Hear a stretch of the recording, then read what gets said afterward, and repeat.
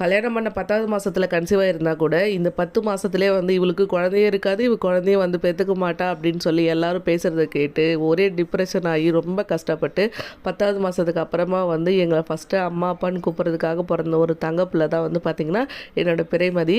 So பிறைமதிக்கு தான் வந்து பார்த்திங்கன்னா நேற்று வந்து பர்த்டே. நாங்களே வந்து பார்த்திங்கன்னா கிஃப்ட்ஸ் எல்லாம் வாங்கி கொஞ்சம் பேக் பண்ணோம். மதிக்கு சர்ப்ரைஸ் கிஃப்ட் அப்படின்னா ரொம்ப பிடிக்கும்.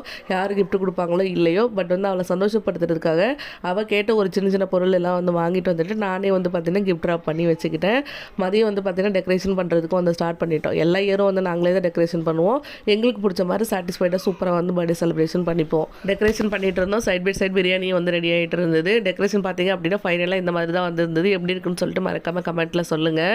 எல்லாம் பண்ணி முடிச்சதுக்கு அப்புறமா ஈவினிங் போல் தான் வந்து கேக் கட்டிங் வந்து ஸ்டார்ட் பண்ணோம். மதிக்கு பிடிச்ச அதே ஸ்கை ப்ளூ கலரில் வந்து கேக் ஆர்டர் பண்ணி சூப்பராக வந்து கேக் கட்டிங்லாம் பண்ணோம். நல்லாவே இருந்தது. மதி சொன்ன மாதிரியே நான் பேக் பண்ண கிஃப்ட்ஸ் வீட்டில் இருக்க எல்லாருக்கும் கொடுத்து எல்லோரும் வந்து மதிக்கு கொடுக்க வைப்போம். யூஸ்வலாக வந்து வீட்டில் எல்லாம் வந்து காசு அந்த மாதிரி தான் கொடுப்பாங்க. ஸோ அவளுக்கு வந்து கிஃப்ட் கொடுக்குறதா பிடிக்கும் அப்படின்றதால தான் வந்து பார்த்திங்கன்னா குட்டி குட்டி பொருள் எல்லாம் வாங்கி நாங்கள் பேக் பண்ணி கொடுத்துருந்தோம்.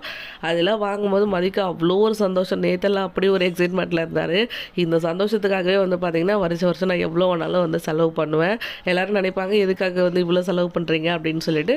பட் வந்து இந்த ஹாப்பினஸ்க்காக எவ்வளோ வேணாலும் செலவு பண்ணலாம். அதை தவிர வேறு என்ன வேணும் அப்படின்ற மாதிரி சூப்பராக வந்து பார்த்திங்கன்னா பர்த்டே செலிப்ரேஷன் எல்லாம் பண்ணி முடிச்சுட்டு பிரியாணி எல்லாம் செஞ்சிருந்தோம். அதெல்லாம் சாப்பிட்டுட்டு சூப்பராக வந்து பார்த்திங்கன்னா மதியோட பர்த்டே வந்து போச்சு.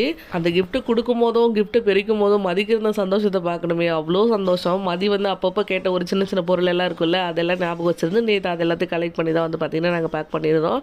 காசாக கொடுத்தாங்கல்ல, அதெல்லாம் வாங்கி அவள் உண்டியிலே வந்து போட்டு வச்சுக்கிட்டா. இப்படி தான் போச்சு மதியோட பர்த்டே.